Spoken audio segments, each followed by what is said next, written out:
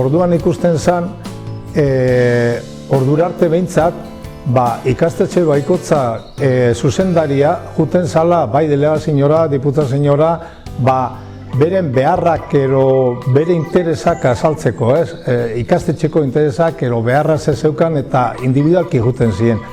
Eta orduan, hemendik irten zen ideia, zehaitik ez egin elkarte bat, ikastetxe guztien artean, eta bera izateko, representante hori, bai delegazioan, ero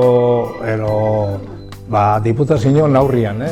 Ina, zu hartu zinen zuzendaritza, eta zure aurretik hemen, Gorlan, egia esan da, bizitza holan da, baina bai, Miguel Altunantzat, uste dut ikaslanentzat eta lanbide heziketantzat, zure aurretik egon zen Jose Mari Larrañaga, ez?